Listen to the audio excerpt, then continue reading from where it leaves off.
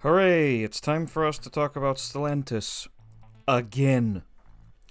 Yeah, in case you couldn't tell by my voice, I'm kind of tired of talking about Stellantis, not just in these videos. I enjoy making the videos for you to watch, but I'm tired of talking about Stellantis not just on video, but also in real life with my fellow journalists and, other people that are into cars. It's kind of becoming a bit of a drag, but that's only because Stellantis can't seem to dig itself out of the shit it's under. With constant CEO shuffles and constant, reconsiderations about what should be done with certain brands and different things like that. I saw a video the other day on Instagram, and he suggested that Chrysler and Dodge should become one single brand. And I agree with that. But I decided, let's take this a step further. In this video, we are going to go through each of the 14 different brands that are under Stellantis in alphabetical order, and I'm going to tell you what I think should be done with each one of them and how I think they're doing right now. This is only me talking, these are just my suggestions, but I hope that somebody that has any sort of,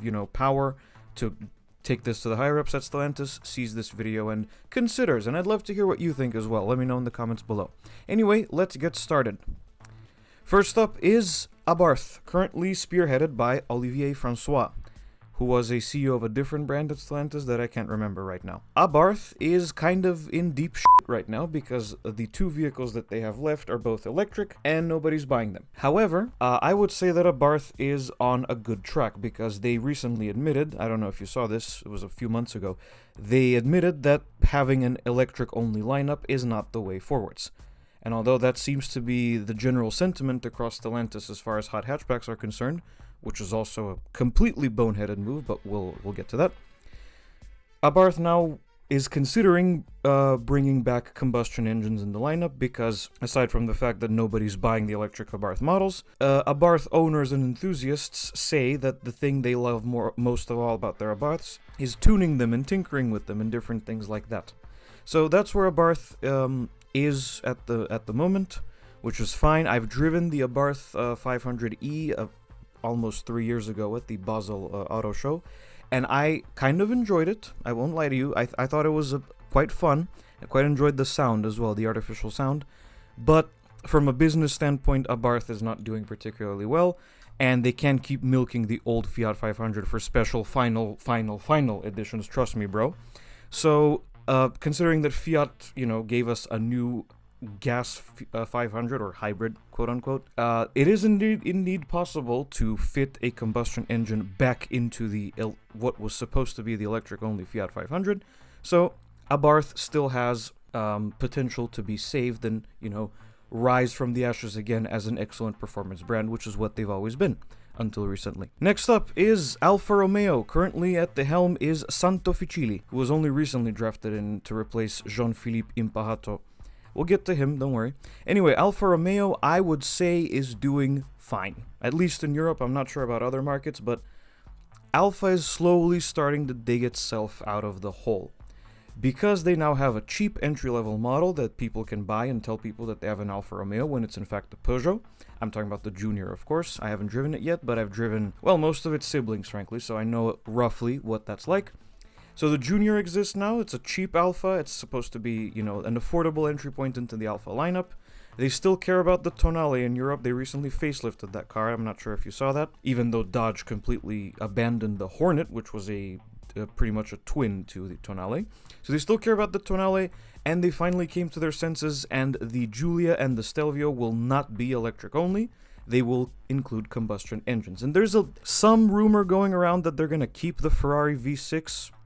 I'm not sure how, because the powertrain partnership between the two ended quite a while ago. It's far more likely that they'll get the Hurricane 4-cylinder that was recently introduced in the Jeep Grand Cherokee, the 26 Jeep Grand Cherokee, and of course the Hurricane 6-cylinder that's currently available in the Dodge Ram and the Dodge Charger, Daytona, and different things like that. So Alfa, I would say, is going in a good direction as long as, the styling is on point, the character of the cars, the driving experience is on point.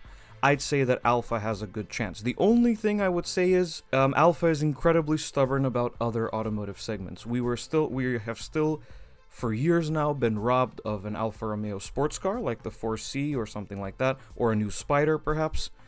We don't have a larger sedan from Alfa Romeo. There's still, there's only the Giulia, nothing else. And maybe it would be a good idea to try a larger SUV, so one step above the Stelvio to compete with the Audi Q7 and the BMW X... The X3 competes with the Stelvio. I don't know, I'm confused, but something to compete with the Audi Q7 and, you know, the flagship SUVs like the Range Rover and things like that. The Range Rover is a bit more high-end, but you get the point. So Alfa, other than those little notes, I'd say Alfa is doing fine right now. The Junior is flying off the shelf, so I think they have a good chance of surviving well into the future. Next up, Chrysler. Oh dear, where do we begin with this one? So as I'm sure you're aware, Chrysler currently only sells one car. One! Just one. The Pacifica minivan, and that's only in the US market, by the way. Chrysler doesn't exist in... Well, I know for a fact they don't exist in Europe, but I don't think anywhere else either. Now Chrysler is preparing a major facelift for the Pacifica, due out for the 2027 model year. They just dropped a couple photos of that. But they discontinued the Voyager, which was like the cheap version of the Pacifica, and the electric concept thing that was recently shown, I think that's due in 2029. So Chrysler, at their current rate, is going to continue to sell a single model for 3 years. And this is where that video I saw on Instagram comes into play. It would be much easier, and it would do a great job of debloating Stellantis if they were to merge Chrysler and Dodge into one single brand. And I'm inclined to agree with that. That would also open the door for things like a new 300 based on the STLA large platform with both electric and Hurricane powertrains, and various different things like that. So Chrysler currently, I'm not entirely sure why they exist, but they do, to satisfy the tens of thousands of minivan buyers in the US. I've heard good things about the Pacifica. Obviously, I haven't driven one myself, but Chrysler needs to adapt and do something, anything. You know that meme when they poke something with a stick and they go, "Come on, do something." That's what Chrysler needs to do. That's the situation that Chrysler is in right now. Next up, Dodge. Oh no, sorry, Citroen. I forgot the alphabet for a second there. Citroen. They're doing okay. Their models are flying off the shelf, and the thing that makes them, stand out in Stellantis' lineup, at least in Europe, is that they're going for first of all, a quirky approach, which is something Citroen has always historically been good at, as we know. But more to the point, Citroen is trying to offer value for money, and they're not, selling a false reality. Ooh, this is a premium product, and blah, blah. They're, honest about it, very earnest about it. We sell affordable cars, and we have one slightly more expensive C5 Aircross, and the C5X. Though the C5X is not too long for this world because they fumbled on that big time, frankly. I'm about as sad as any weird car lover is about that, but they messed that up. Anyway, Citroen, no real notes here to say other than the fact that they are doing the wrong thing by not reviving the 2CV as an electric car. They should take a page out of the Renault book. And it would make perfect sense to revive the 2CV with, a retro-styled little hatchback as a direct competitor to the Renault 5 and the Renault 4.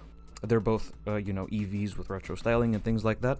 I don't know what Citroen is waiting for. They're kind of on the fence. So once they'll say, yeah, we will bring back the 2CV in a couple years' time, and then they'll say, no, we got to look forward with our models and things like that. One thing that Citroen recently confirmed, which I am a huge fan of, is that the next C4 will be very different to the current one. I honestly hope that means that it'll be an actual hatchback.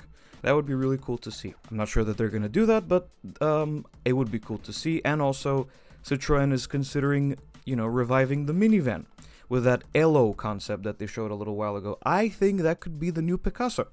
I hope it's the new Picasso, because I'm a big Picasso fan. Other than that, Citroen is doing fine. There's not really a whole lot that they need to do. And they have the Ami, which is a lot of bonus points. Frankly, it's a shame that that's not sold in, Eastern Europe and things like that. Next is actually Dodge. Dodge's lineup is quite small right now. They finally came to their senses and put the 6-cylinder engine in the Charger. And suddenly the Charger now makes a whole lot more sense, and there's a lot more interest in it.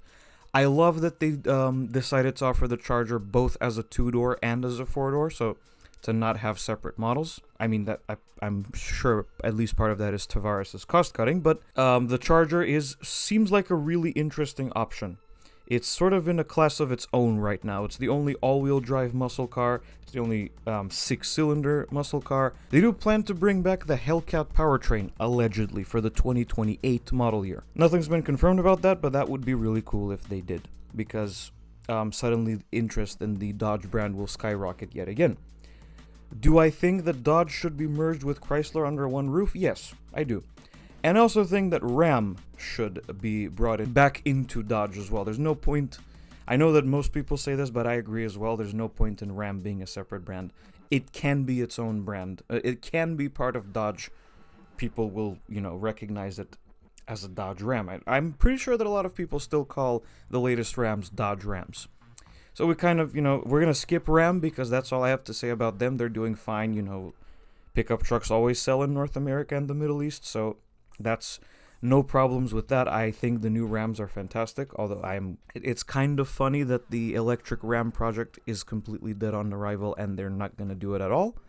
That was kind of funny. Next, who do we have next? DS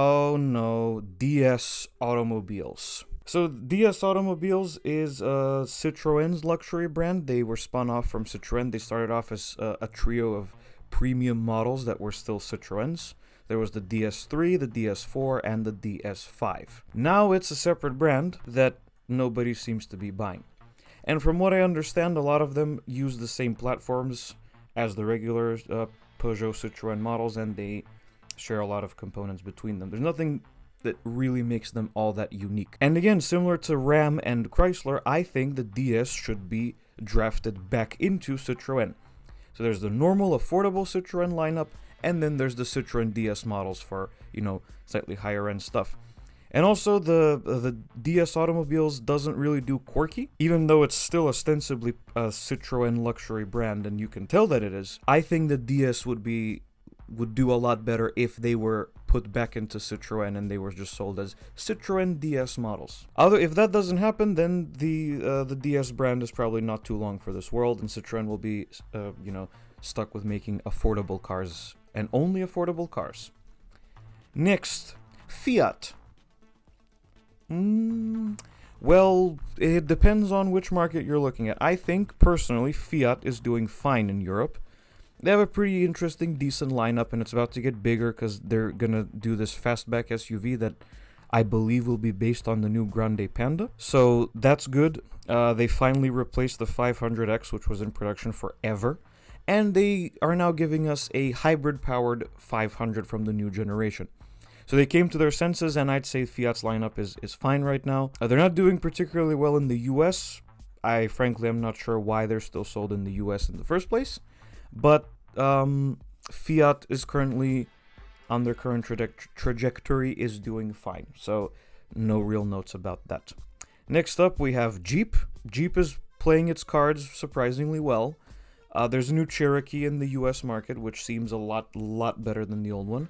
There's a new Compass for us Europeans, which is based on the Peugeot 3008, and thus one of the first ever Jeeps to not offer four-wheel drive currently, which is definitely interesting. They have the Avenger now, which is like the mass market small Jeep for people who like the look of a Jeep but don't want to put up with all the, the realities of owning a Jeep, let's say. And they have the Grand Cherokee and all this cool stuff. And of course the Wrangler, and now there's the Recon electric off-roader that nobody's going to buy, and there's also the electric Wagoneer that nobody's going to buy. But Jeep's lineup is pretty big, and seem to be doing quite well.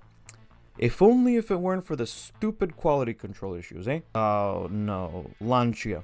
Yeah, I'm just gonna come out and say it. Stellantis is absolutely destroying the Lancia name, because what Stellantis is doing with Lancia right now is not giving a single shit about the brand's heritage. And I understand that you can't just use heritage to sell cars, but Stellantis is not even trying. They're selling what is quite literally a restyled Peugeot 208 as a Lancia Epsilon. And that car is not even sold in all of Europe, by the way, only a select few markets from what I understand. And it's not like a rebodied Peugeot 208. It uses the same body with different front and rear ends and a slightly different interior. Otherwise, it's a freaking Peugeot 208. Next year, they plan to launch the Gamma. Again, by the way, destroying a historic Lancia name like that. It's going to be another crossover based on STLA Medium, so a cousin to the Peugeot 3008 and the Opel Grandland and the Jeep Compass as well, and the Citroen C5 Aircross.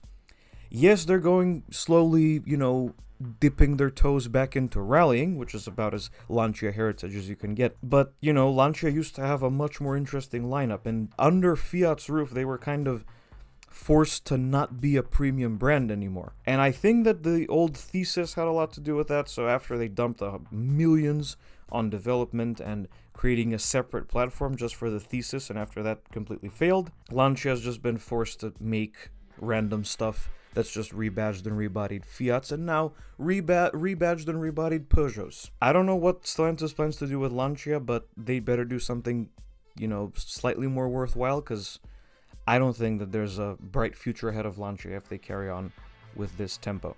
Then there's Maserati. Jean-Philippe Imparato is the CEO of Maserati now. Maserati is absolutely going to because they sell two models and they're not even slightly more mass market. They're both really exclusive. One of them is a sports car with a 2+2 seating, and the other is an all-in-out supercar. They discontinued the Levante, as far as I know. They discontinued the Ghibli. They discontinued the Quattroporte. There's no, there's no more affordable, well, there's also the Grecale, but nobody talks about that. Not that I've seen anyway. I don't know that the Grecale is doing well. I'll put a little text on the screen after I do some research on that matter. But Maserati needs a bigger lineup, and they need it fast because there is no way that they can be kept afloat by a car that sells 200 units a year, maybe, and a car that sells 2,000 units a year, maybe. Those are not the actual numbers, but I think you can understand what I'm trying to say. They're not, they need a model that sells tens of thousands in a year to keep them afloat. Otherwise, they might be sold to the Chinese after all. For those of you that don't know, there was a rumor going around that the Chinese are going to buy Maserati. Maybe that's what's going to end up happening. That doesn't have to be a bad thing necessarily, but I know that a lot of Maserati fans are not going to like that. And finally, let's wrap this up as fast as possible because I have been talking for too much. Opel, Peugeot, and Vauxhall. For those of you who don't know, Vauxhall is literally Opel. They're just sold under the Vauxhall name in the UK. Opel is doing okay. The only thing is, like the rest of these Stellantis brands, some of them, they're going to launch an electric hot hatchback, and that's a category of vehicle that the world as a whole is not ready for yet. At least that's what it seems like to me. I haven't seen anyone be convinced by electric hatchbacks. I mean, the lack of sales for the Abarth 500 and 600 should be a dead giveaway, but okay, Opel is preparing to launch the Corsa GSE very soon. Peugeot already launched the 208 GTI. Both of them are fully electric, and I don't know that they're going to do very well necessarily, but I hope they do. I'm not trying to be a pessimist here. I just, I'm considering the realistic side of things. But okay, that's the main problem with these two specific brands. One thing that applies to all the Stellantis brands, at least the ones in Europe, is that we need more than 3 freaking cylinders. We're still recovering from that good idea that Tavares had to stick a 3-cylinder engine under the hood of every single model in the lineup. And I think that they need bigger engines if they can get them to work with Euro 7 regulations, which are coming soon. But other than that, I have no real notes for either of these two. Peugeot's doing a fantastic job with styling. I just wish they would bring back more physical controls on the interior.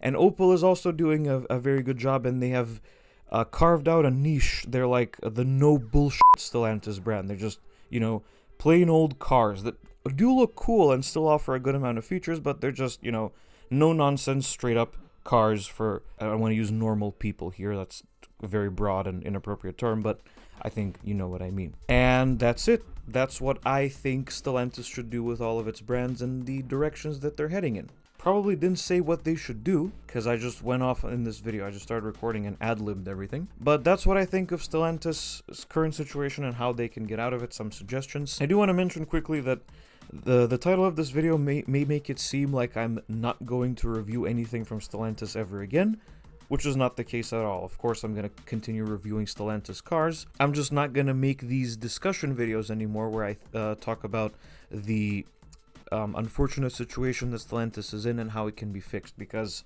we went through all of the brands and I gave all my suggestions, and I think that's enough for a little while, unless something new happens, at which point I'll try to hop on it. So that's going to be about it for this video, everybody. Thank you so much for watching. If you liked it, be sure to hit like and subscribe to the channel. Let me know what you think of Stellantis' situation in the comments below, and I will see you guys in the next video. Goodbye.